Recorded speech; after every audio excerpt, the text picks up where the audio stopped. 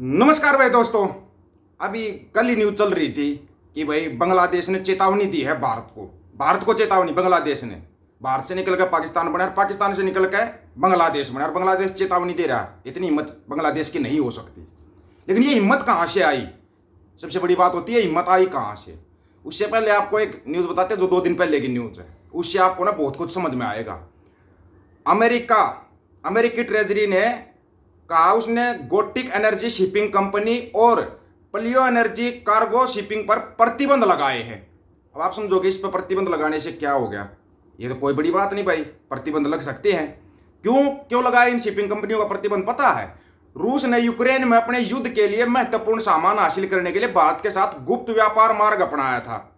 वो गुप्त व्यापार मार्ग कौन सा था? इन शिपिंग कंपनियों के जरिए ही हो रहा था। और इन्होंने दिखाया कैसे? इन्होंने जो न्यूज में छापा है ना, लिंक अपने पास, कहीं फिर बाद में जंप ले जाओ, लिंक भी बता देंगे और सूत्र भी बता देंगे आपको। आप तो नहीं बताओगे कौन से गुप्त सूत्र है, लेकिन हम बता देंगे।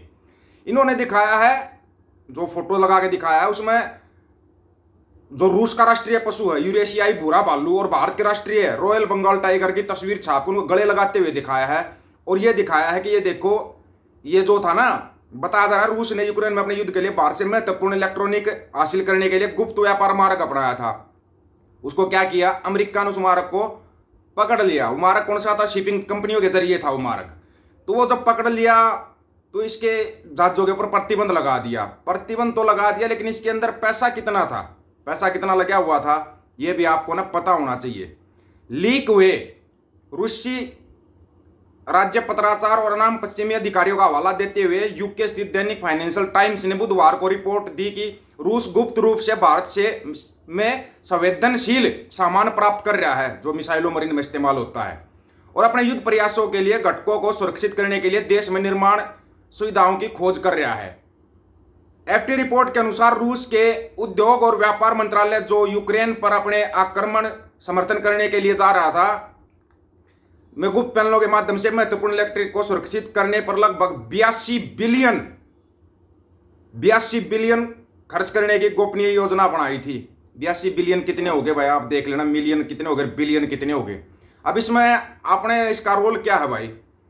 रिपोर्ट के अनुसार योजना रूसी बैंकों द्वारा भारत में तेल की बढ़ती बिक्री से अर्जित रुपये के महत्वपूर्ण भंडार का उपयोग करने की थी। इसमें कहा गया कि उसने भारत की पहले अमित्र देशों से आपूर्ति की गई महत्वपूर्ण वस्तुओं के स्रोत के लिए एक वैकल्पिक बाजार, ओरिजिनल बाजार नहीं, वैकल्पिक बाजार के रूप में देखा। रिपोर्ट में दावा किया गया कि रूस और उसके भारतीय समझौतों में दोहरे उपयोग वाली प्रौद्योगिकी को लक्षित किया गया। नागरिक और सैन्य दोनों अनुप्रयोग वाले सामान जो पश्चिम निर्यात के थे, उनको लिया जा रहा था रूस के द्वारा।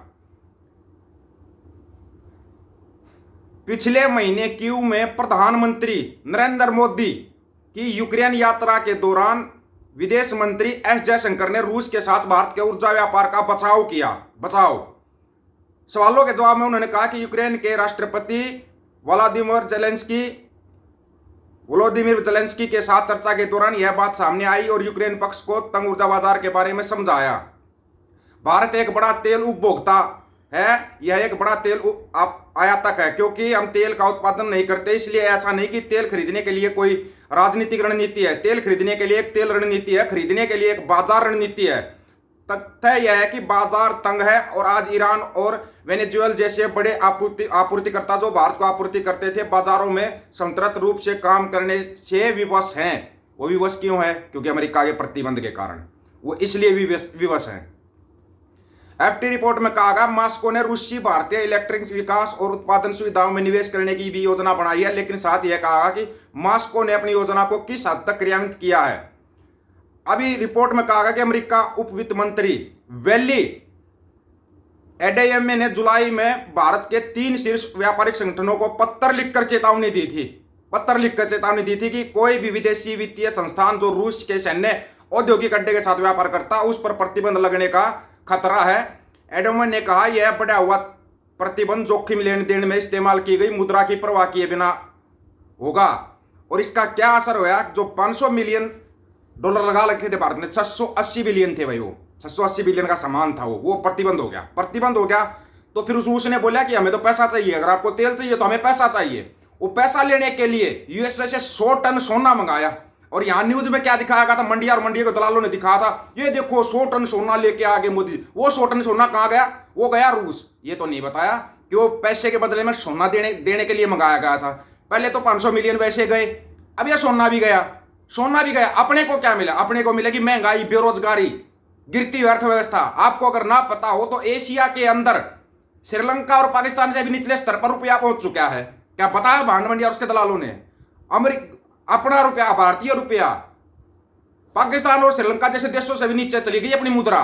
किसी ने नहीं बताया। फिर जब बांग्लादेश धमकी दे रहा है तो अन फन में मीटिंग करते हैं अपने राजनाथ सिंह जी, तीनों सेनाओं के साथ मीटिंग करते हैं कि युद्ध के लिए तैयार हो जाओ। एक तरफ हम बोलते हैं हम सबसे शांति प्रिय देश हैं, हम तो दूसरे देशों का युद्ध रुकवाते हैं और हम युद्ध के लिए तैयार क्यों हो जाए? क्या इस चीज का जवाब दिया गया रक्षा मंत्री साहब? रक्षा मंत्री साहब ने कोई जवाब नहीं दिया, क्योंकि जवाब लेने वाली मंडिया जो होती है वो तो दलाल बन के बैठ गई। वो मंडिया जवाब नहीं ले रही है, वो मंडिया इधर से उधर बातों को घुमा रही है, इधर से उधर बातों को घुमा रही है। अगला क्या है? अगला सैंक्शन लगने के लिए तैयार हो जाओ, क्योंकि उसने बोल दिया, अमेरिका ने बोल दिया हुआ है कि जो सैंक्शन है, हाँ अगर किसी को है ना कि कहां से आई ये न्यूज का स्रोत भी ले लेना, आपको न्यूज का स्रोत भी बता देंगे। कहीं कोई है ना ये कह जाए पूरा न्यूज का लिंक जिस भाई को चाहिए ना वो लिंक ले लेना, क्योंकि खुद ना रूस ने यूक्रेन के खिलाफ रूस के निरंतर आक्रामक युद्ध के जवाब में संयुक्त राज्य अमेरिका रूस के युद्ध प्रयासों का समर्थन करने वाले और रूस के वैश्विक ऊर्जा लाभ का विस्तार करने का प्रयास करने वाले पर और अधिक लागत लगा रहा है, मतलब प्रतिबंध लगा रहा है। आज की कार्रवाई में विदेश विभाग अमेरिका द्वारा स्वीकृत आर्कटिक LNG 2 परियोजनाओं के तरलीकृत प्राकृतिक गैस LNG निर्यात करने के प्रयासों से जुड़ी 2 संस्थाओं और 2 जहाजों को निशाना बना रहा है। विभाग गोटेक एनर्जी शिपिंग कंपनी और प्लियो energy cargo shipping OPC private limited पर प्रतिबंध लगा रहा है। गोटिक और प्लियो एनर्जी न्यू एनर्जी 25 अगस्त 2024 को जहाज संस्थान के माध्यम से अमेरिका द्वारा स्वीकृत आर्कटिक LNG 2 परियोजना के कार्गो लोड करने के लिए अपने स्वचालित पहचान प्रणाली को बंद करने के सहित भ्रामक शिपिंग प्रथाओं का इस्तेमाल किया। जो सामान नहीं जाना चाहिए था ना वो सामान भेजा जा रहा था, जो मिसाइलों में इस्तेमाल होता था। वो सामान किसके जरिए? वो भारत कहीं कहीं से खरीद के भेज रहा था। 680 बिलियन का सामान था, 680 बिलियन डॉलर का।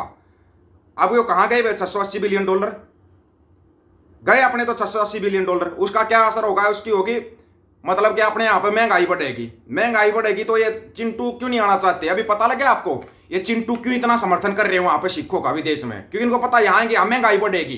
क्यों नहीं बताती भांड मंडिया और उसके दलाल ये न्यूज क्यों नहीं दी जा रही? सबसे बड़ा सवाल यहाँ पे ये खड़ा हो रहा है। वहां से प्रतिबंध लग रहे हैं, यहाँ पे बताया नहीं जा रहा। यहाँ पे तो बस क्या चल रहा? चुनाव। वो नेता उसके ऊपर आरोप लगा रहा है, वो नेता उसके ऊपर आरोप लगा रहा है।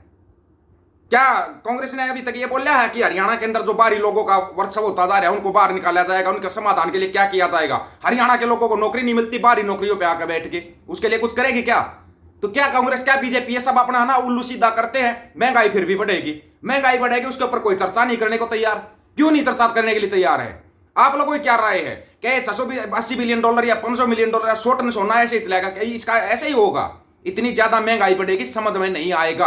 आप लोगों को पहले बताते आए थे लेकिन आपकी समझ में नहीं आया।